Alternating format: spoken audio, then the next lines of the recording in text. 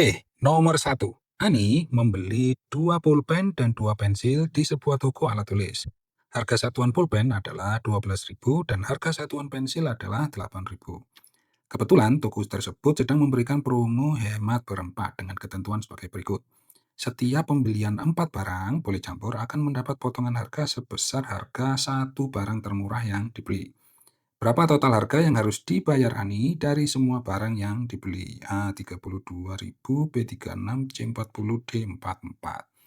Oke, yang dibeli Ani tadi 2 pulpen berarti 12 sama 12 dan 2 pensil berarti 8 sama 8. Nah, karena promonya adalah potongan harga sebesar harga satu barang termurah, maka ini coret 1 sehingga 12 tambah 8, 20. 20 tambah 12, 32, maka yang A. Yang ini ya, jawabannya adalah yang A, Rp32.000. Nomor 2.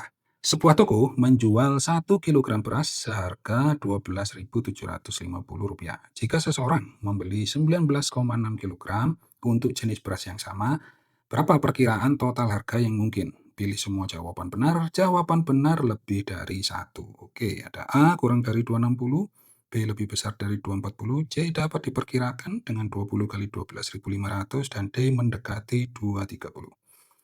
Oke, ini kata kuncinya kan berapa perkiraan total harga. Sehingga karena perkiraan, kalau kita lihat yang C ini diperkirakan dengan 20 kali 12.500. Oke ya.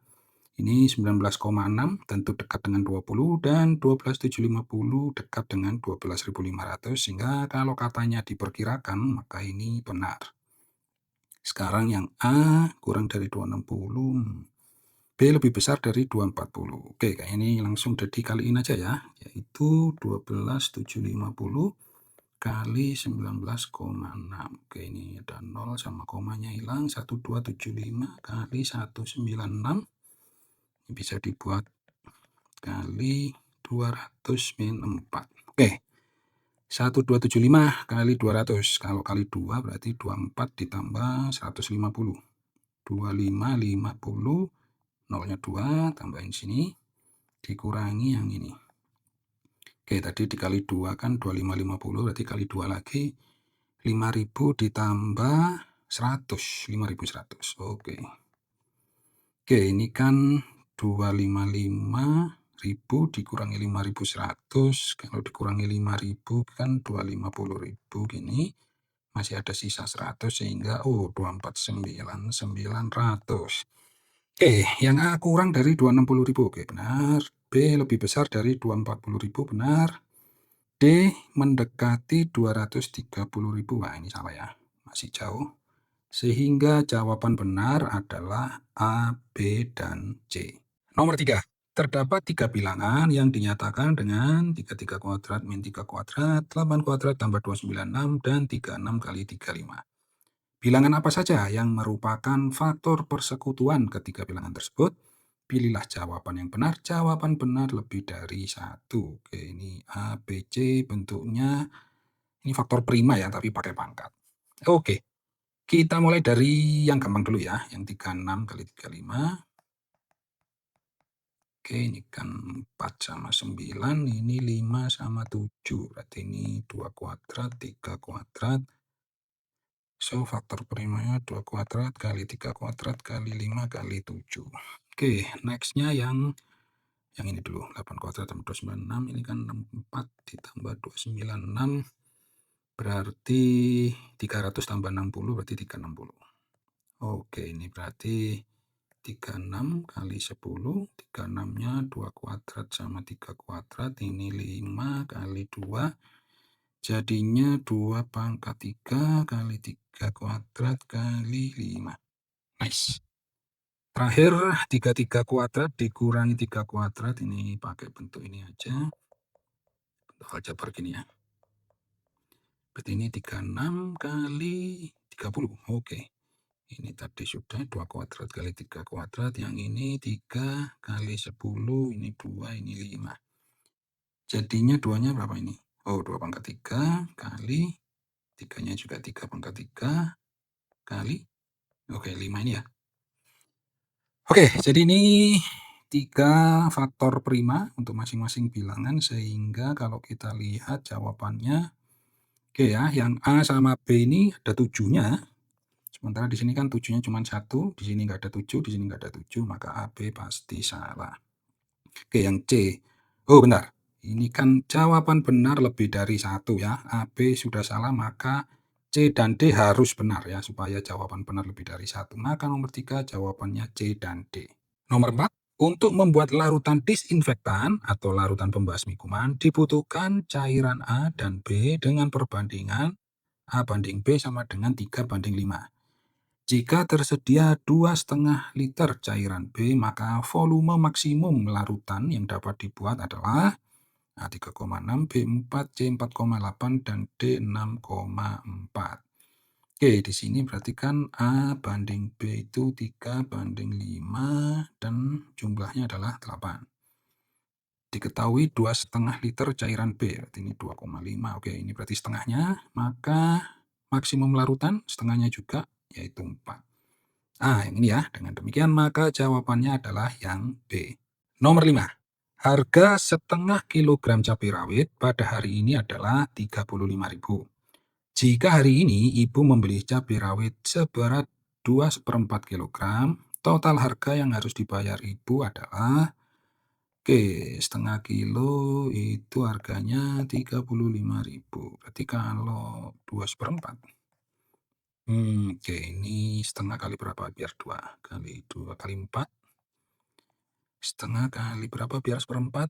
Setengah kali setengah seperempat. Oke, setengah ya. Sehingga ini 4,5 kali 35.000. 4 kali 35.000, 70, 140. Setengah kali 35.000 kan 17.500. Oke, berarti ini 157.500. Yang ini ya. Dengan demikian jawaban nomor 5 adalah yang B. Nomor 6. Proyek renovasi gedung. Proyek renovasi suatu gedung sekolah harus diselesaikan paling lambat dalam waktu 60 hari sesuai dengan kontrak kerja yang telah disepakati bersama. Manajer proyek telah menghitung kebutuhan tenaga kerja dengan asumsi setiap pegawai memiliki kemampuan dan produktivitas yang sama setiap harinya. Kemajuan proyek sangat bergantung pada jumlah pegawai. Semakin banyak pegawai yang bekerja, maka waktu pengerjaan akan semakin singkat. Pekerjaan ini dinyatakan selesai jika seluruh beban kerja telah terpenuhi. Jika terjadi kendala pada jumlah pegawai atau waktu kerja, manajer harus melakukan penyesuaian agar total beban kerja tetap terpenuhi tepat waktu.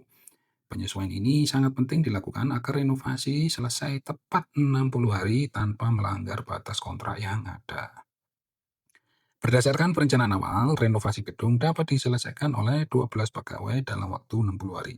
Jika manajer memutuskan untuk menambah jumlah pegawai menjadi 18 orang agar pekerjaan lebih cepat selesai, maka waktu yang diperlukan untuk menyelesaikan renovasi tersebut adalah A30, B40, C45, dan D90. Oke, itu tadi kan rencananya 12 orang selesai 60 hari, berarti 720 ya beban kerjanya. Maka kalau pegawainya jadi 18, ini perlu dikali berapa biar 720, bentar. 18, 72, coba kali 4 ya. 18 kali 4, 2, 3, 4. Oh, benar ya, 72. Oke, berarti ini 40. Ya. Oke ya, jadi jawabannya adalah yang B. Nomor 7. Proyek renovasi gedung. Ini masih lanjutan dari soal yang tadi. Rencana awal renovasi gedung dilakukan oleh 15 pegawai. Namun, pada 10 hari pertama hanya 10 pegawai yang bekerja karena sebagian lainnya harus beristirahat. Setelah hari ke-10, seluruh pegawai 15 orang kembali bekerja. Berdasarkan situasi tersebut, tentukan benar atau salah untuk setiap pernyataan berikut tentang penyelesaian renovasi gedung tersebut. Oke. Kita mulai yang pertama ya. Sisa pekerjaan yang harus diselesaikan setelah hari ke-10 adalah setara dengan pekerjaan 800 hari penuh yang dikerjakan satu orang.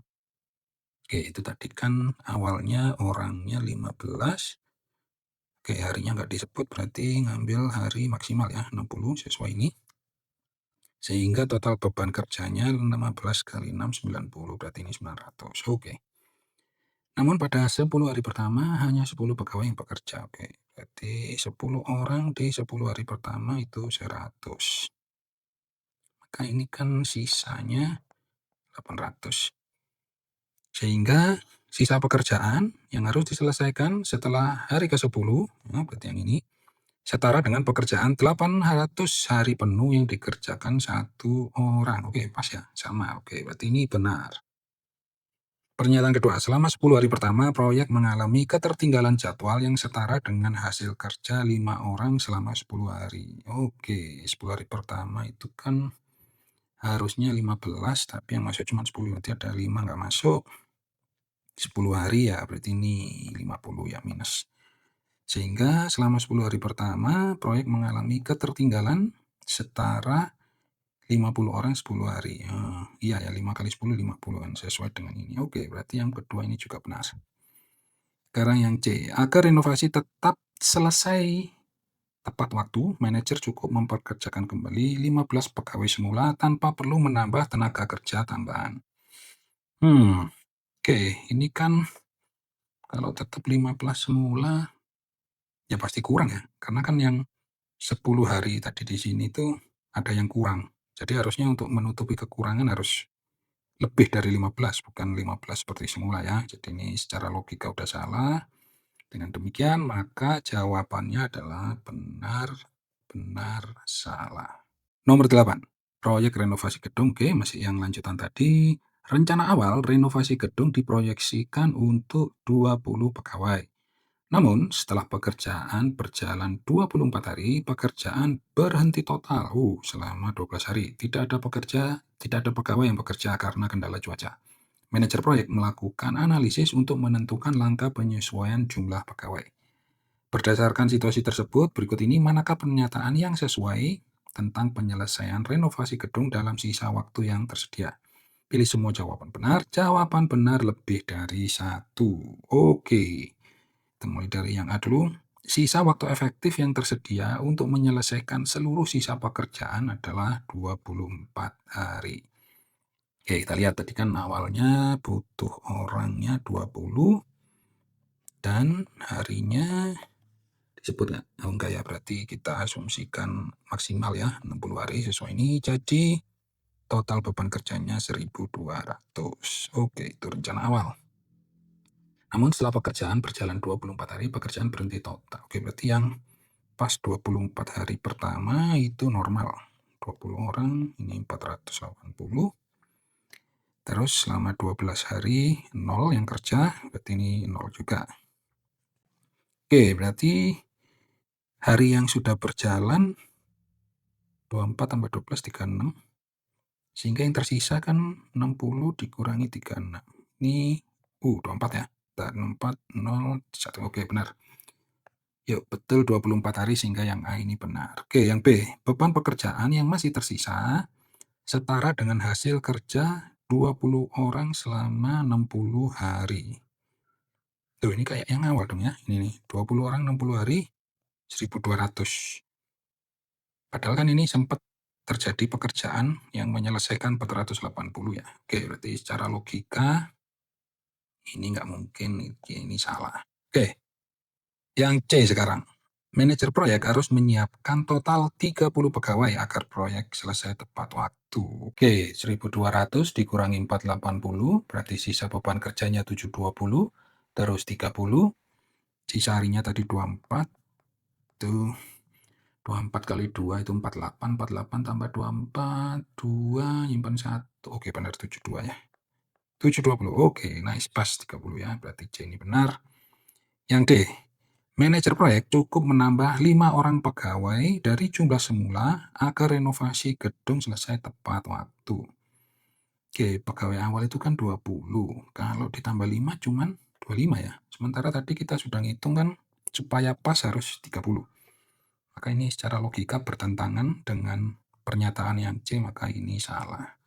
Oke, dengan demikian soal nomor 8, jawaban benar adalah A dan C. Nomor 9, alur pelayanan donor darah.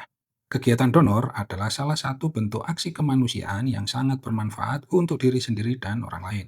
Setetes darah yang disumbangkan dapat memberikan harapan hidup bagi orang lain yang membutuhkan, terutama mereka yang mengalami kecelakaan setelah menjalani operasi atau menderita penyakit yang serius. Tidak hanya untuk penerima, pendonor juga bisa mendapatkan manfaat. Di antaranya bermanfaat untuk mendeteksi penyakit, meningkatkan produksi sel darah merah, dan menjaga kesehatan jantung. Oleh karena itu, disarankan untuk melakukan donor darah 3 bulan setelah donor darah terakhir. Biasanya, si donor darah difasilitasi oleh Palang Merah Indonesia (PMI). Berikut adalah alur kegiatan donor darah di sebuah posko PMI. Oke ya, ini alurnya yang ini. Terlihat di sini bahwa calon pendonor melakukan pendaftaran dengan mengambil formulir dan mengisinya. Pengisian formulir membutuhkan waktu 5 menit. Oke ya, pertama berarti pendaftaran dan isi formulir. Yang kedua, pemeriksaan kesehatan seperti pengukuran tekanan darah, pemeriksaan hemoglobin, dan golongan darah. Pengecekan memerlukan waktu 10 menit. Yang ketiga, calon pendonor dipersilakan menunggu di kursi tunggu. Tersedia 10 kursi tunggu. Yang keempat, proses pengambilan darah berlangsung selama 30 menit. Oke, ini berarti yang keempat proses pengambilan darahnya. Dan terakhir 5, tahap pemulihan. Pendonor darah diberikan konsumsi dan waktu untuk beristirahat selama 30 menit. Oke, berikutnya ke soal seorang pendonor darah mendatangi posko PMI. Kebetulan saat ini sedang tidak ada antrian sehingga orang tersebut dapat langsung dilayani. Jika tidak ada kendala pada pelayanan donor darah, apa yang sedang dilakukan pendonor tersebut setelah 25 menit berlalu? Oke, berarti kan di sini dia 5 menit dan di sini 10 menit ya. Dia langsung dilayani karena ini tadi ya, tidak ada antrian. Sehingga orang tersebut dapat langsung dilayani. Maka dari 2 ini aja sudah 15 menit. Kursi tunggu, ya kalau nggak ada antrian dia nggak perlu nunggu, langsung masuk ke pengambilan darah. Ini 30 menit sehingga untuk menjadi 25 kan cuma butuh 10 menit ya. Sehingga setelah 25 menit dia masih di sini pengambilan darah. Oke, berarti yang sudah dipanggil kursi, oke yang C ini ya, proses pengambilan darah. Oke, berarti nomor 9 jawabannya yang C. Nomor 10. Oke, di sini masih terkait dengan donor darah yang tadi ya. Pada suatu waktu, Yuda baru saja sampai di posko PMI untuk melakukan donor darah. Diketahui bahwa Rama dan Fajar juga berada di posko PMI tersebut. Rama sedang menunggu antrian untuk proses pengambilan darah, sedangkan Fajar sedang proses pengambilan darah sejak 16 menit yang lalu. Mereka tidak ada janji untuk pulang bersama ketika donor darah selesai. Berikut ini pernyataan manakah yang mungkin terjadi di posko PMI tersebut? Pilih semua jawaban benar lebih dari satu. Oke, yang A ini Yuda sempat bertemu Rama di ruang tunggu. B, ketika Yuda proses pengambilan darah, Fajar telah pulang lebih dahulu. C, Yuda menunggu di kursi tunggu selama 30 menit. Dan D, sejak pertama kali datang hingga pulang, Yuda menghabiskan waktu lebih dari setengah jam. Oke. Oke, jadi di sini kan awalnya Yuda baru saja sampai untuk melakukan donor darah. Jadi Yuda posisinya di sini. Terus pas Yuda datang, ada Rama sama Fajar. Rama sedang menunggu antrian. Oke, berarti Rama di sini tidak disebut ya waktunya sejak kapan. Sementara Fajar sedang proses pengambilan darah. Berarti Fajar di sini. Dan itu sudah berlangsung sejak 16 menit yang lalu. Jadi anggap aja kalau Fajar itu di sini jam 9.00 mulainya, maka sekarang adalah jam 9.16. Yang artinya Yuda itu baru sampai jam 9.16. Oke, ini berarti atau begini dulu deh. Kita buat kayak semacam tabel biar gampang. Oke, ini berarti Fajar, orang pertama yang datang. Terus ini Rama dan ini adalah Yuda. Oke, berarti Yuda datang dan formulir pendaftaran itu jam 9.16. Oke, berarti kalau Fajar jam 9, 30 menit dia selesai, 9.30, karena nggak ada antrian, dia langsung ke pemulihan, dan 30 menit berarti selesai jam 10.00.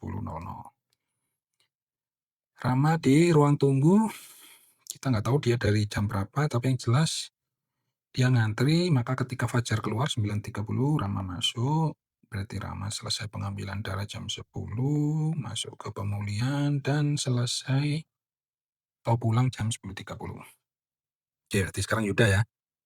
Yuda masuk formulir 9.16, 5 menit berarti selesai 9.21. Oke, berarti dia masuk ke cek kesehatan 9.21, 10 menit 9.31. Oke, dia langsung masuk ruang tunggu. Masuk sini, oh belum ya.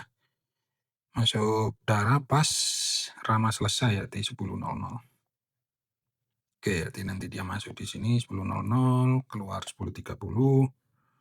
Terus masuk pemulihan 10.30, pulang jam 11.00. Oke, nice. Oke, yang A berarti kita evaluasi. Yuda sempat bertemu Rama di ruang tunggu. Oke, Yuda masuk 9.31. Oh enggak ya, Rama kan masuk ke proses pengambilan darah 9.30. Sehingga yang A ini tidak sempat bertemu, artinya ini salah. Oke, yang B. Ketika Yuda proses pengambilan darah, Fajar telah pulang terlebih dahulu. Yuda pengambilan darah itu mulai 10.00. Fajar, 10 dia selesai ya. Nah, kalau ini gimana? Karena di sini kata-katanya telah pulang. Oke, ini kita anggap ragu-ragu dulu deh. Kita cek yang C. Yuda menunggu di kursi tunggu selama 30 menit. Oke, kalau kita lihat Yuda di sini kan 9.31 sampai 10.00 itu 29 ya. Sementara di sini dibilang 30 menit yang artinya salah. Yang D, sejak pertama kali datang hingga pulang, Yuda menghabiskan waktu lebih dari 1,5 jam. Oke, dan dia mulai 9.16, pulangnya jam 11. Ini setengah jam. Oke, kalau setengah jam kan harusnya mulai 9.30. Ini 9.16. Oke, berarti ini benar. Oke, berarti kita yang B. Ketika Yuda proses pengambilan darah, Fajar telah pulang terlebih. Oke, ini ya, karena jawaban benar lebih dari 1.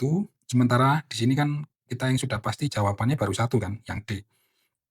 Maka mau nggak mau B ini harus benar ya, supaya jawabannya lebih dari 1. Dengan demikian, soal nomor 10 ini jawaban benar adalah B dan D. Nomor 11. Oke ya, jadi ini masih terkait dengan donor darah yang tadi.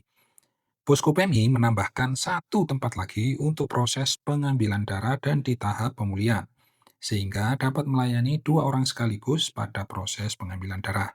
Pada hari ini, saat pukul 11.30, terlihat sudah ada 2 orang yang sedang berada di ruang pemulihan. Salah seorang baru saja memulai tahap pemulihan dan 1 orang lainnya sudah berjalan 15 menit. Oke, berarti di sini ada 2 orang dan saat ini posisi adalah 11.30. Oke, berikutnya ada pula 1 orang calon pendonor yang akan melakukan pendaftaran. Oke, di sini ada 1 orang baru mulai. 1 orang akan melakukan proses pemeriksaan kesehatan. Di sini ada 1 orang baru mulai juga. 1 orang di kursi tunggu. Oke ya, ini tidak disebut dari jam berapa. 2 orang sedang proses pengambilan darah. Oke, di sini juga ada 2 orang ya, karena sekarang kursinya ada 2. Dan juga ini tidak disebut mulai dari jam berapa. Oke, tentukan benar atau salah untuk setiap pernyataan berikut tentang situasi di lokasi donor darah pada hari tersebut. Oke ya, ini ada 3 pernyataan. Nah, di sini kita mulai dari sini dulu ya. Ini tadi kan disebut 1 orang baru memulai tahap pemulihan dan 1 orang lainnya ini sudah berjalan 15 menit. Sehingga kalau sekarang 11.30 maka orang yang pertama ini mulainya 11.15. Jadi akan selesai 11.45 dan orang kedua dia mulainya 11.30. Sehingga akan selesai 12.00. Oke, ini orang 1, orang 2. Ini kan totalnya adalah 1, 2, 3, 4, 5, 6, 7. Oke, kita buat dulu deh. 3, 4, 5, 6. Oke, ini 7. Oke, ini kita tarik garis gini biar gampang nanti. Oke, ini ada 2 orang di pengambilan darah, tidak disebut dari jam berapa. Terus ada 1 orang di ruang tunggu, tidak disebut juga dari jam berapa. Nah, kalau yang di pemeriksaan kesehatan ini kan dibilangnya 1 orang yang akan melakukan pendaftaran dan 1 orang akan melakukan pemeriksaan kesehatan. Jadi orang ke-6 ini 11.30 dia baru mulai sini dan yang orang terakhir, orang ke-7, 11.30 dia baru mulai pendaftaran. Oke, kita evaluasi pernyataan-pernyataan. Posko PMI mulai didatangi calon pendonor sejak pukul 10.30. Oke, 10.30 berarti mulai didatangi itu mengacu ke orang pertama. Berarti di sini dia 11.15, awalnya 10.45, orang pertama, dia tidak perlu ngantri. Ini 10.45, kurang 10 menit berarti 10.35, kurang 5 menit, oh pas ya 10.30, betul sekali dengan ini. Maka pernyataan A benar. Ada kemungkinan terdapat 3 orang di ruang tunggu. Waduh, ini rumit ya, kita skip dulu. Pada pukul 11, belum ada pendonor yang memasuki tahap pemulihan. Oke, tahap pemulihan yang ini 11.15, ini 11.30. Oh, yang ini juga pasti harusnya lebih lambat lagi. Maka pada pukul 11 memang benar ya, belum ada pendonor yang masuk tahap pemulihan, maka ini benar. Oke, kembali ke yang pernyataan 2, ada kemungkinan terdapat 3 orang di ruang tunggu. Oke, kita mulai dari sini. Orang ketiga ini masuk kalau orang pertama keluar, berarti ini masuk 11.45. Orang keempat masuk kalau orang kedua keluar, 12.00. Sehingga orang kelima di ruang tunggu, dia masuk pas orang pertama ke sini ya, jadi dia di sini 11.45. Maka dia di ruang tunggu sampai 11.45. Sehingga yang orang keenam 11.30, selesainya 11.40. Nah, dia masuk sini 11.40, sempat ketemu orang kelima, ya tinggal orang ketujuh nih. Dia 11.30 sampai 11.35 masuk sini, oh belum bisa ya. Karena ini baru selesai 11.40, maka ini masuk 11.40, 10 menit, 11.50, dan masuk ruang tunggu 11.50. Sehingga, oh nggak sempat ketemu orang kelima, maka salah ya. Kemungkinan terdapat 3 orang di ruang tunggu, ini tidak terjadi. Dengan demikian, maka jawabannya adalah benar, salah, benar. Nomor 12. Perhatikan bentuk aljabar berikut. X plus 2 kali 3 plus Y ditambah X plus 2 kali 1 min Y. Bentuk sederhana dari bentuk aljabar tersebut adalah A, 4 kali X plus 2, B, X tambah 2 tambah 4Y, C, 4 kali X plus 8, dan D, 4X tambah 2Y. Oke, sini ada X plus 2, ada X plus 2, sehingga ini bisa difaktorkan, kali 3 plus Y, ditambah 1 min Y. Oke, ini gini. Ini plus Y min Y coret, 3 sama 1 berarti 4 kali X plus 2. Berarti yang ini ya. Demikian maka jawabannya yang A. Nomor 13.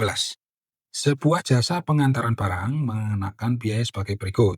Biaya tetap pemesanan sebesar 12.000, biaya pengantaran 4.000 per kilometer.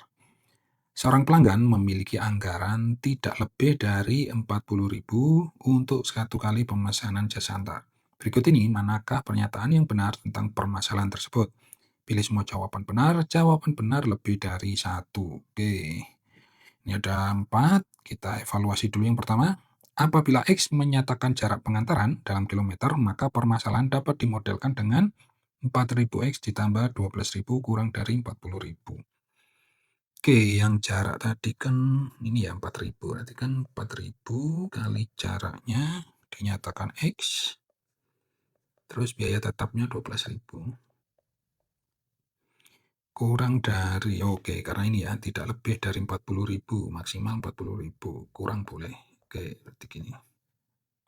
Oke, berarti benar ya, sesuai dengan yang ini, maka A ini benar.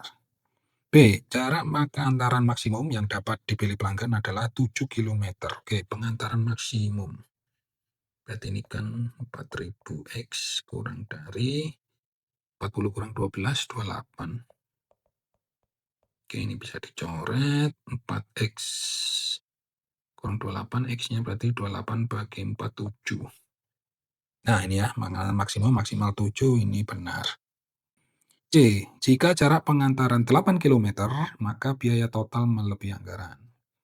Oke, ini tadi kan berarti maksimal 7, maka kalau X-nya 8, ya lebih dari 40.000 ya. Oke, berarti ini benar ya, sejalan dengan jawaban yang B. D, penambahan jarak antar 1 km, akan menambah biaya sebesar 16.000. Oke, yang Jarak tadi kan berarti yang ini ya, 4.000 X. Berarti harusnya nambahnya 4.000. Sementara di sini dibilang 16.000 ya. Berarti ini salah ini.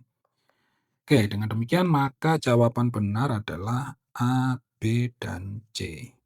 Nomor 14.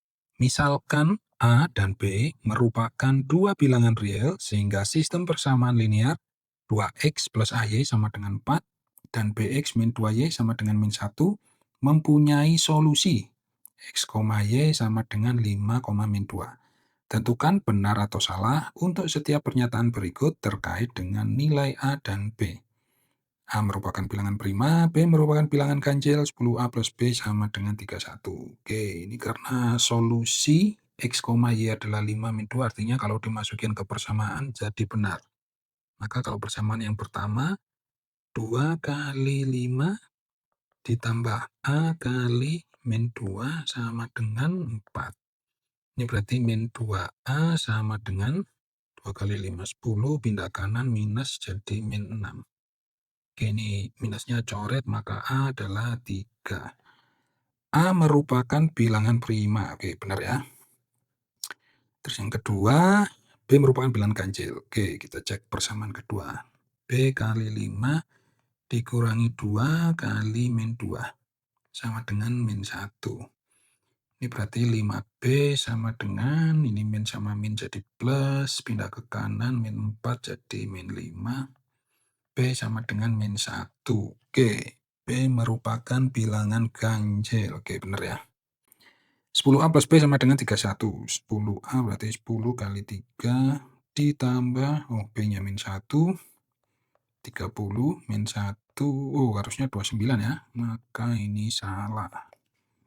Dengan demikian, maka jawabannya adalah benar, benar, salah. Nomor 15. Sebuah pabrik memproduksi batang logam. Fungsi Fx sama dengan 5x plus 10 menyatakan berat total dalam kilogram untuk X batang logam. Jika pabrik memproduksi 7 batang logam, berapa total berat logam yang dihasilkan? 35, 45, 50, dan 70. Oke, karena X itu merupakan batang logam, maka ini F7, yang itu artinya 5 kali 7 ditambah 10. Oke, ini 35 ditambah 10 berarti 45. Ini ya. Maka jawaban benar adalah yang B. Nomor 16. Perhatikan susunan titik berikut. Pola 1. Ini ada ini, pola 2, pola 3, pola 4. Jika pola tersebut berlanjut, maka jumlah titik pada pola ke-6 adalah 15, 18, 21, atau 28. Oke, ini berarti kan pola 1, 1, pola 2 ada 3, pola 3, 3 tambah 3, 6. Pola 4 berarti 6 tambah 4, 10. Oke, ini kan naiknya 2, ini naiknya 3, naiknya 4. Berarti next-nya naiknya 5, 15. Karena ini pola ke-6 ya. Ini kan 1, 2, 3, 4, 5, kurang 1, 6. Berarti ini naiknya 6, 21. Oke, berarti jawabannya adalah yang C. Nomor 17. Seorang tukang memotong papan kayu dengan berbagai ukuran panjang. Potongan pertama, panjangnya 240 cm. Dan setiap potongan berikutnya lebih pendek 12 cm dari potongan sebelumnya. Tukang tersebut menghasilkan 9 potongan kayu. Tentukan benar atau salah untuk setiap pernyataan berikut tentang potongan kayu yang dihasilkan tukang tersebut. Panjang potongan kelima adalah 190, panjang potongan terakhir adalah 144, selisih panjang antara potongan kedua dan potongan ke-8 adalah 72. Oke, ini kan potongan pertama, kebaca F1 itu 240. Di potongan kedua ini kan 12 cm lebih pendek ya, berarti 240 min 12. Oke, ini biar indeksnya sama, kita ubah jadi 2 min 1 kali 12, sehingga Fn itu berarti 240 dikurang N min 1 kali 12. Oke, gini. Oke, maka F5 240 dikurangi 4 kali 12. Ini kan 240 dikurangi 48. Ini sama kayak 200 dikurangi 8. 192. Panjangan potong kelima adalah 190. Oh, ini salah ya. Oke. B. Panjangan potensi terakhir adalah 144. Terakhir itu berarti ini ya, 9. F9. N-1, 9-1, 8 kali 12. Ini kan berarti 240 dikurangi 96. Oke, ini 100 min 4. Berarti 240 kurangi 100, 140. Min ketemu min jadi plus 144. Oke, ini benar ya. Jadi ini benar. Yang terakhir, selisih panjang antara potongan kedua dan potongan ke-8 adalah 72 cm. Oke, berarti F2 240 dikurangi 1 kali 12. F8 dikurangi 8 min 1, 7 kali 12. Oke, ini dikurangi 240-nya coret.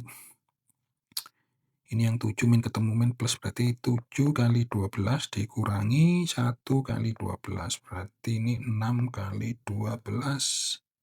72. Benar ya. 72, berarti ini benar. Dengan demikian, maka jawabannya adalah salah, benar-benar. Nomor 18. Desain jembatan yang tepat sangat penting untuk memperkuat struktur karena menentukan kestabilan, ketahanan, dan keselamatan jembatan dalam menghadapi beban dan kondisi lingkungan. Salah satu contoh desain jembatan tampak pada gambar. Oke, gambarnya ini.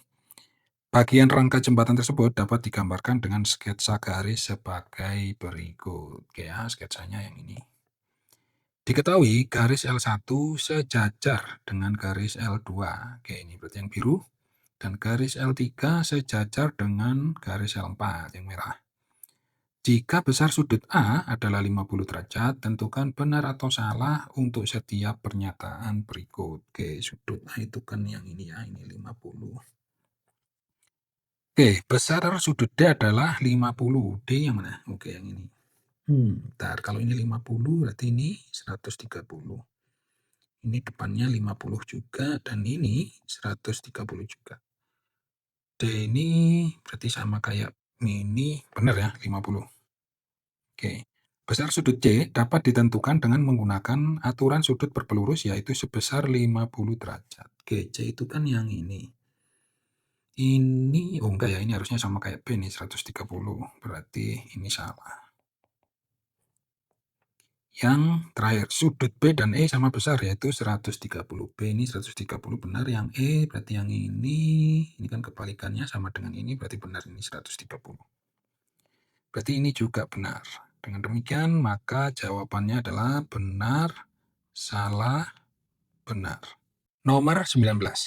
Perhatikan gambar berikut ini. Oke ya, ini gambarnya ada segitiga. Yang kalau kita perhatikan, segitiganya ada 3 ya. Yang besar, yaitu segitiga ABC. Lalu yang sedang ya, yang sebelah kiri, yaitu ABD. Dan yang paling kecil, yang kanan, yaitu segitiga CAD. Oke. Tentukan benar atau salah untuk setiap pernyataan berikut tentang bangun segitiga pada gambar tersebut. Segitiga ABD dan segitiga CAD saling sebangun, panjang sisi BC adalah 15, panjang sisi AC adalah 10. Oke, kita analisis dulu segitiga yang paling besar. Siku-sikunya di sini. Maka kalau ini adalah sudut alfa, yang ini kita anggap aja sudut beta.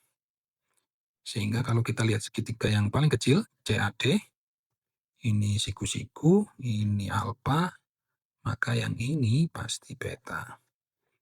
Nah, sekarang segitiga yang sedang ya, sebelah kiri, ini siku-siku.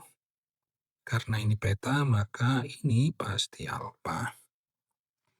Oke, jadi terlihat di sini ya, semua segitiganya, ketiga-tiganya itu sudutnya siku-siku, terus ada alfanya, ada betanya. Maka semuanya ini sebangun.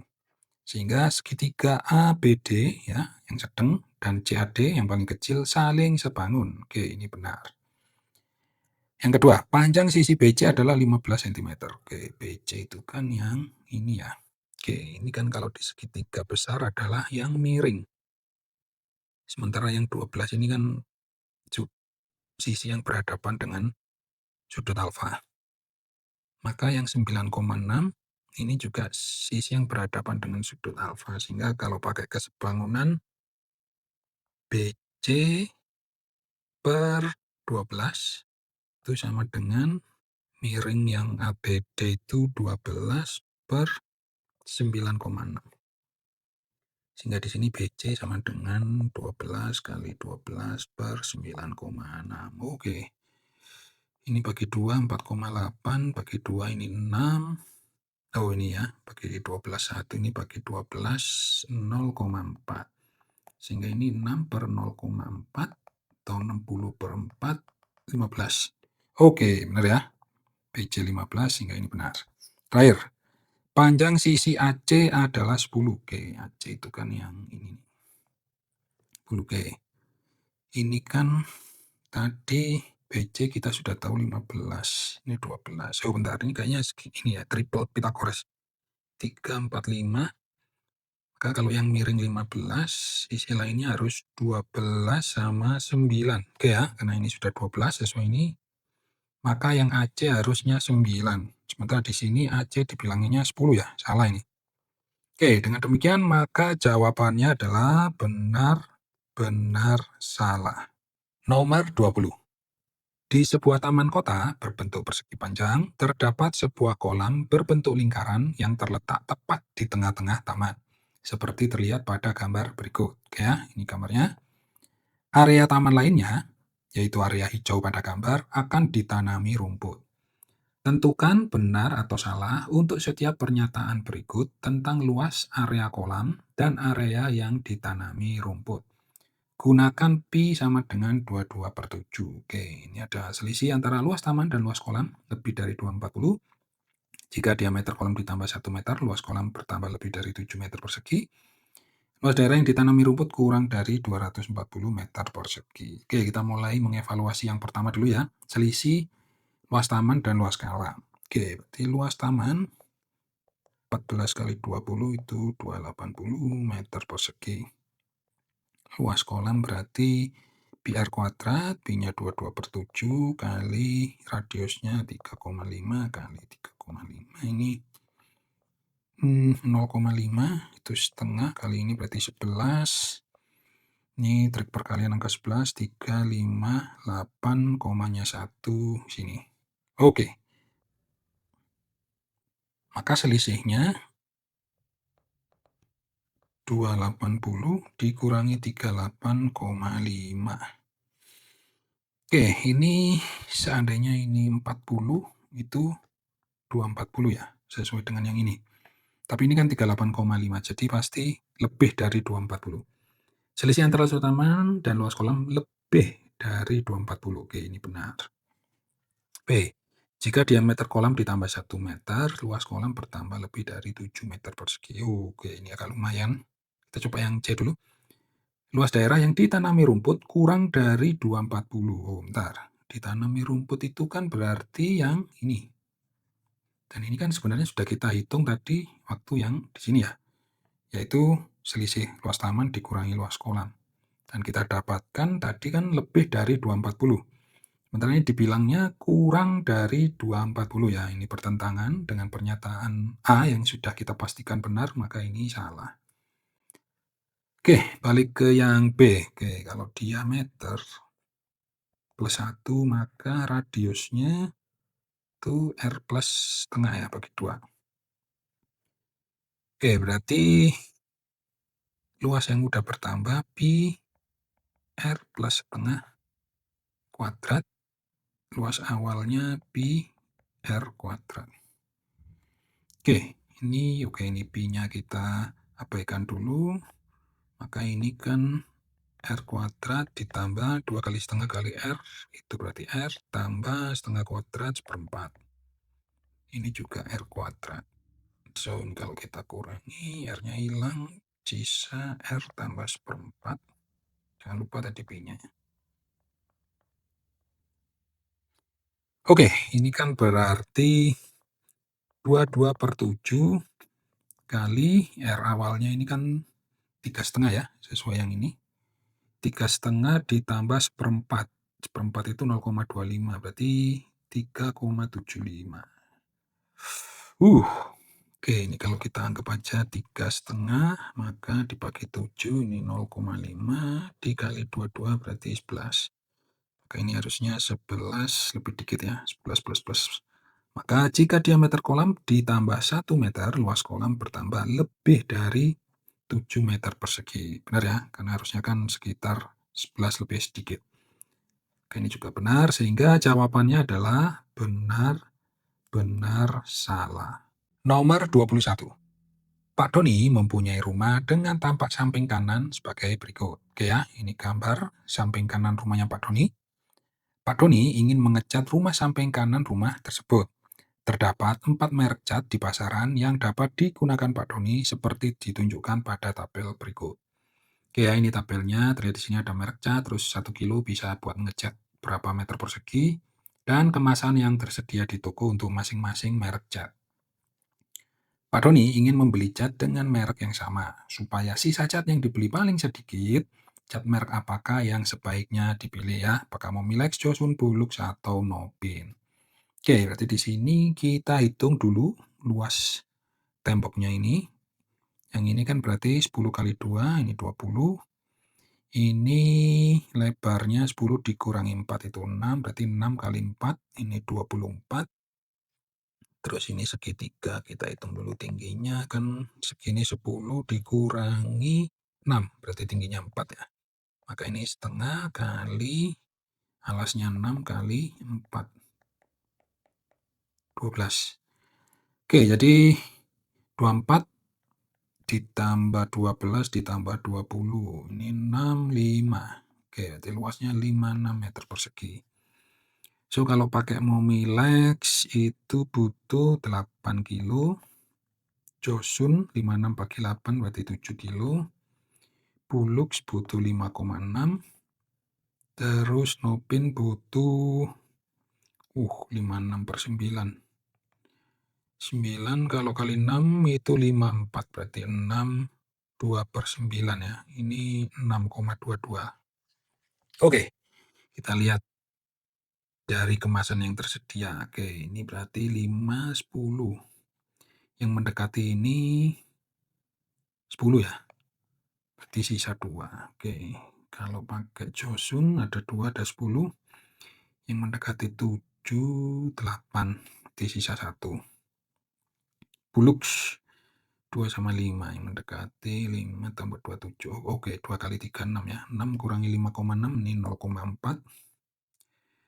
Ini 1 sama 5. Ini 6, 2, 2 mendekati berarti 7 ya. 7 dikurangi 6,22, berarti 0,78. Oke. Berarti yang paling dikit sisanya ini ya. Itu yang C. Nomor 22.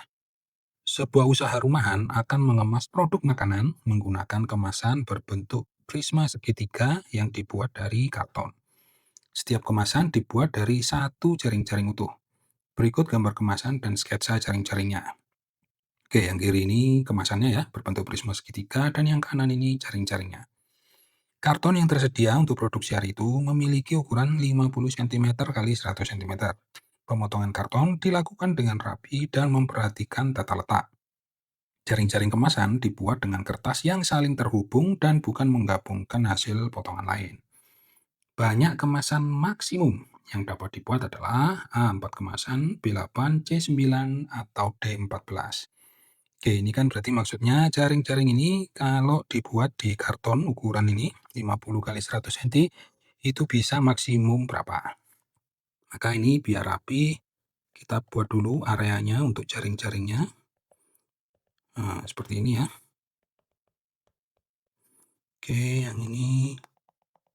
Nah, ini. Sehingga sekarang kita perlu mencari panjang sama lebarnya ini. Oke, kalau panjang ini bisa dicari, ini 8, maka ini yang 8 juga, ini 6, ini 6 juga, sehingga ini 10 ya, triple Pythagoras. Maka panjangnya 8 tambah 10, 18, tambah 6, 24. Oke. Sekarang tingginya kita tahu ini 12, maka kita perlu menghitung tinggi segitiganya ini, yang atas dan yang bawah.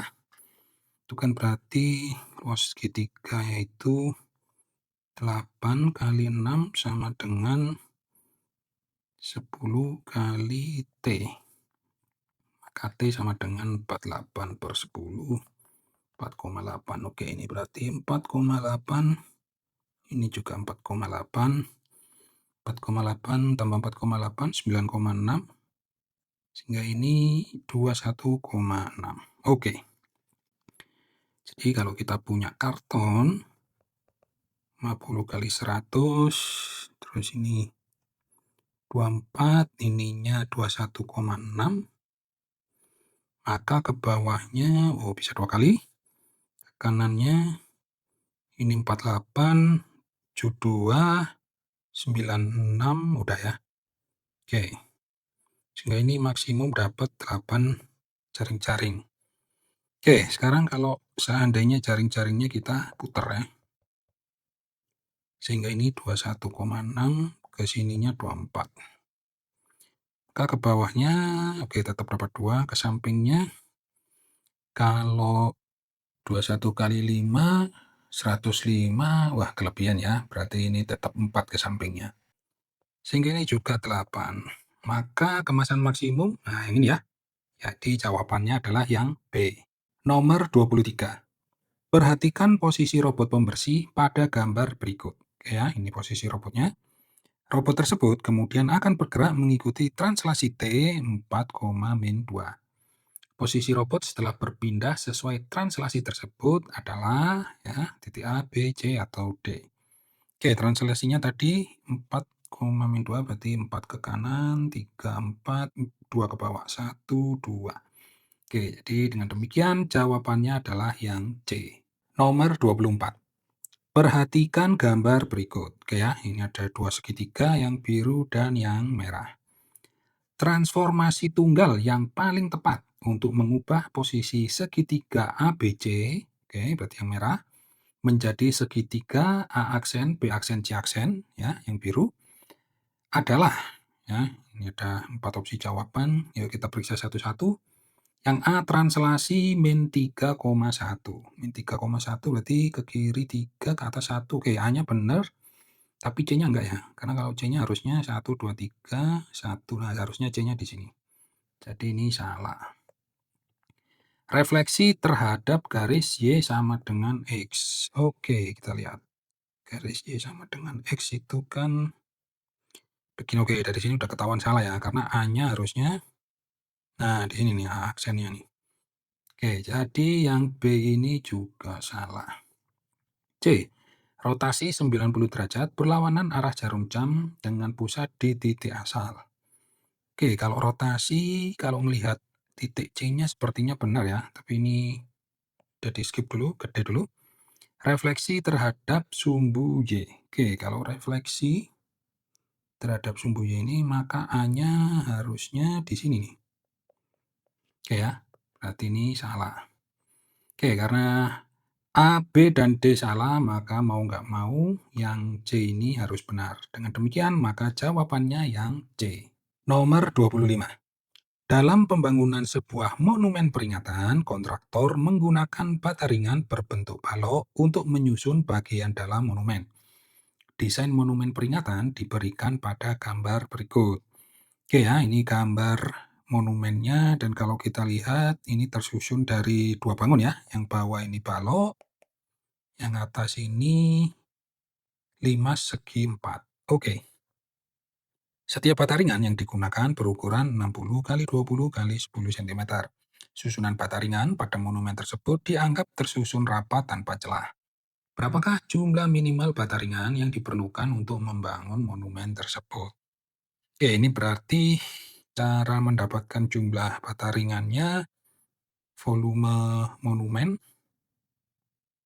dibagi volume bata ringan. Oke, kita hitung dulu yang paling gampang volume bata ringan ya. Ini kan berarti 6 kali 2 kali 1 itu 12, nolnya 3. Oke, ini satuannya sentimeter kubik. Nah, berikutnya adalah volume yang bawah dulu ya, balok. Itu kan 6 kali 6 kali tingginya 5. Ini 30 kali 6 berarti 180 meter kubik.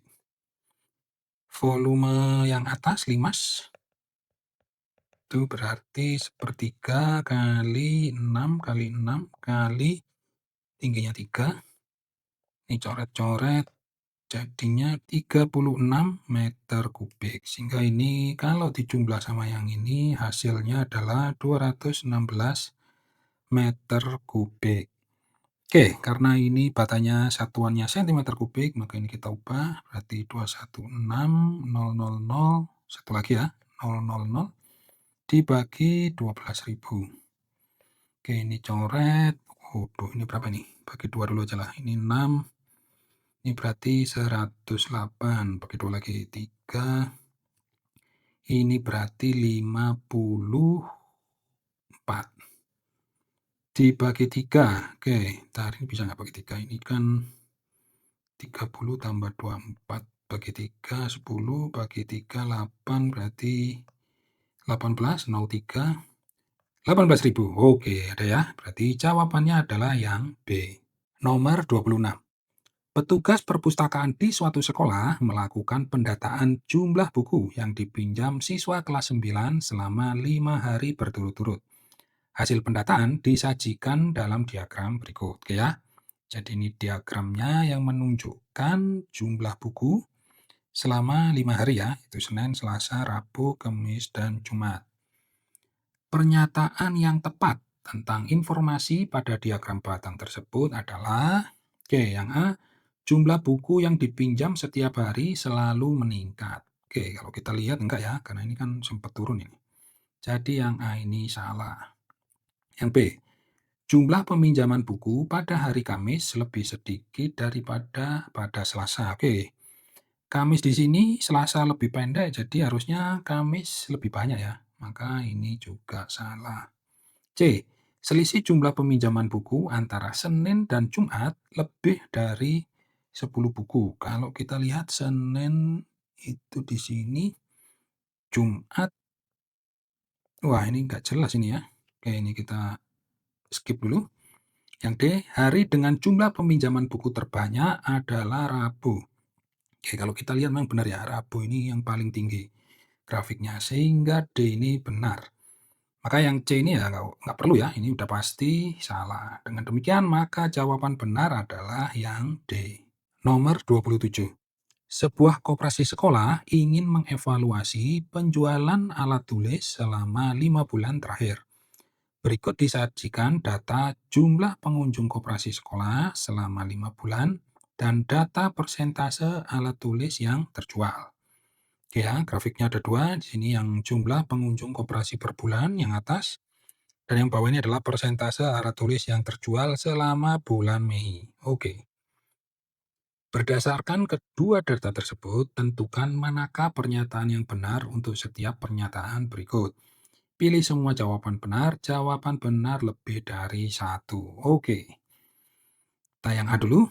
Peningkatan jumlah pengunjung paling signifikan, itu paling besar, terjadi pada periode bulan April ke Mei. Oke, kalau kita lihat April ke Mei ini naiknya 25, terus Maret April turun nggak perlu dihitung, Februari Maret ini naiknya 10, Januari ke Februari naiknya 20. Oke, berarti benar ya, paling tinggi yang ini yaitu dari bulan April ke Mei, maka A ini benar. Yang B, jika setiap pengunjung di bulan Mei membeli satu alat tulis, maka jumlah pulpen yang terjual adalah 64 buah. Oke, di bulan Mei jumlah pengunjungnya 160. Berarti kalau setiap orang beli satu, maka alat tulis terjual ada 160. Karena yang ditanyakan jumlah pulpen, pulpen di sini 40%, maka 40% kali 160, 0,4 kali 160, ini coret 4 kali 16, 64. Benar ya? 64 buah. Oke, B benar. C. Berdasarkan tren pada diagram garis, jumlah pengunjung koperasi selalu mengalami kenaikan secara konsisten setiap bulannya. Oke, ini nggak salah ya, karena dari Maret ke April dia turun. Sementara di sini disebut selalu mengalami kenaikan secara konsisten. Oke, ini salah. Yang D. Pada bulan Mei, jumlah buku tulis yang terjual adalah 50 buah. Oke, Mei tadi ada 160. Terus ini karena yang ditanya buku tulis 30% kali 0,3. 16 kali 3 itu 48. Oke, sementara di sini dibilangnya 50 ya. Ini salah. Dengan demikian maka jawaban benar adalah A dan B. Nomor 28. Berdasarkan data diketahui bahwa rata-rata berat satu butir telur kecil 45 gram, satu telur sedang 55 gram, dan satu telur besar 65 gram. Seorang karyawan toko bahan pangan sedang mengemas setiap 10 butir telur ke dalam satu kemasan dengan ketentuan bahwa rata-rata berat per telur dalam setiap kemasan tersebut adalah 55 gram. Oke. Jika dalam satu kemasan sudah berisi satu telur besar, 5 telur sedang, dan 2 telur kecil, maka 2 telur tambahan yang harus dipilih supaya tetap memenuhi aturan pengemasan adalah, oke ya, ini ada A, B, C, dan D. Nah, karena dibilang bahwa rata-rata 10 butir telur itu adalah 55 gram, maka ini kan 55 itu sama dengan jumlah berat per jumlah telurnya 10, maka ini jumlah berat itu 550. Oke. Nah, di sini sudah ada satu telur besar, 5 sedang, dan 2 kecil.